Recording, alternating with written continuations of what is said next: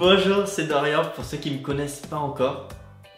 Je suis professeur de yoga et je suis également le fondateur de Yoga Efficace. Je viens de me lancer sur YouTube, alors pour m'encourager, vous pouvez simplement vous abonner, comme ça vous recevrez toutes les nouvelles vidéos.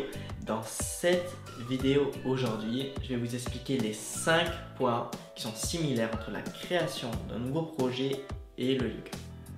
Premier point, d'abord, c'est qu'il faut démarrer simple. Quand on vient faire un cours de yoga, on ne va pas démarrer de suite sur les postures sur la tête. On va d'abord démarrer sur quelque chose de basique, les salutations au soleil ou des postures accessibles. De la même manière, si vous voulez lancer un nouveau projet, partez pas dans des projets fous forcément. Démarrez simple, le premier pas vers ce projet. Ça peut être simplement créer des vidéos que vous publiez sur Facebook, que vous filmez avec votre téléphone. Ça peut être simplement écrire des articles pour quelqu'un. Et comme ça, vous avez vraiment les premiers retours sans que vous, ça ne vous coûte ni trop cher en termes financiers, ni en termes d'investissement. Vous n'avez pas l'impression d'avoir perdu tout ce temps pour aucun résultat. La deuxième chose qui est importante, c'est d'aller dans le bon sens et dans la bonne direction. Et ça devient très clair avec le yoga. C'est-à-dire que peu importe si on arrive à bien faire la posture, qu'elle soit jolie ou pas, ce qui est important, c'est qu'on ait l'impulsion, qu'on ait le bon sens et la bonne direction quand on fait les postures. C'est ça qui nous permettra de progresser, c'est ça qui nous permettra d'avoir les meilleurs bienfaits. De la même manière, quand vous faites votre projet, veillez à aller pas après pas dans la bonne direction. Et si vous ne pouvez pas avancer plus, alors restez là, il n'y a pas de problème. Moi je vois, surtout des sportifs, moi-même j'étais sportif et quand j'ai fait mon premier cours de yoga, d'entrée, je voulais faire les postures comme les gens à côté et puis ben en fait je suis pas souple et du coup je peux pas les faire et simplement on accepte ça, tout en travaillant avec nos capacités maintenant. Le troisième point, c'est la régularité. Si vous avez un nouveau projet, c'est important que vous y consacrez par exemple 1 heure par semaine, donc un temps régulier, tous les jours. De la même manière qu'on fait le yoga, si on pratique pendant 1 semaine à fond et qu'on laisse tomber tout, on n'aura aucun bienfait sur le long terme. Et quand on a un nouveau projet comme ça, c'est quelque chose qu'on a envie, qui nous accompagne pendant plusieurs mois, voire plusieurs années.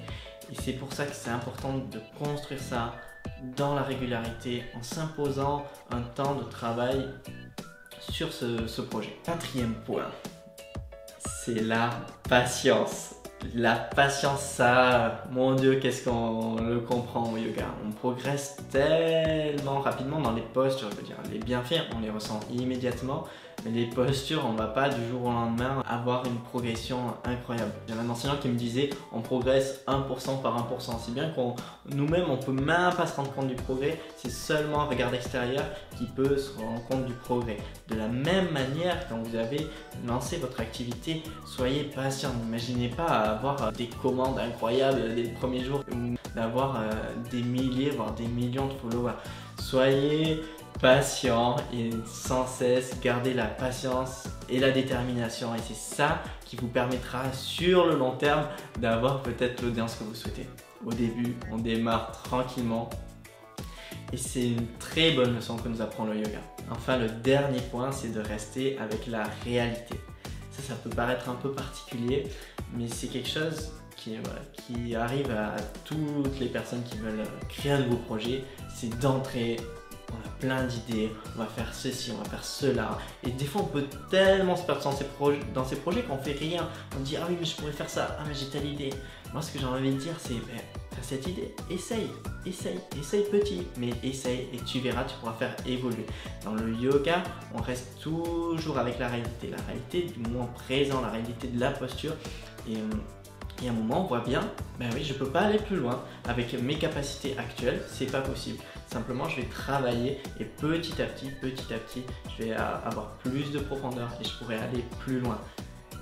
Quand vous faites une activité, quand vous voulez lancer votre projet, vous voulez démarrer, même si c'est quelque chose de petit, restez avec la réalité de vos capacités. N'essayez pas de vous surmener, sinon vous allez simplement générer des tensions supplémentaires et certainement de la grosse déception. Tout projet prend du temps et soyez conscient. N'hésitez pas aussi à vous faire aider avec des personnes. Bon, aujourd'hui, tout le matériel des vidéos, il m'est aujourd'hui prêté grâce à des amis merveilleux. Donc des fois, on peut être étonné de tout ce que notre entourage peut faire pour nous. N'oubliez pas également ce point. Sur ces belles paroles, si vous voulez vous lancer dans le yoga et voir par vous-même comment le yoga permet de développer les 5 qualités que j'ai énoncées dans cette vidéo, alors vous pouvez cliquer sur le lien dans la description. Je vous envoie des vidéos qui sont totalement gratuites et elles resteront gratuites. Et vous pourrez en 10-15 minutes faire l'expérience des bienfaits du yoga, développer ses qualités.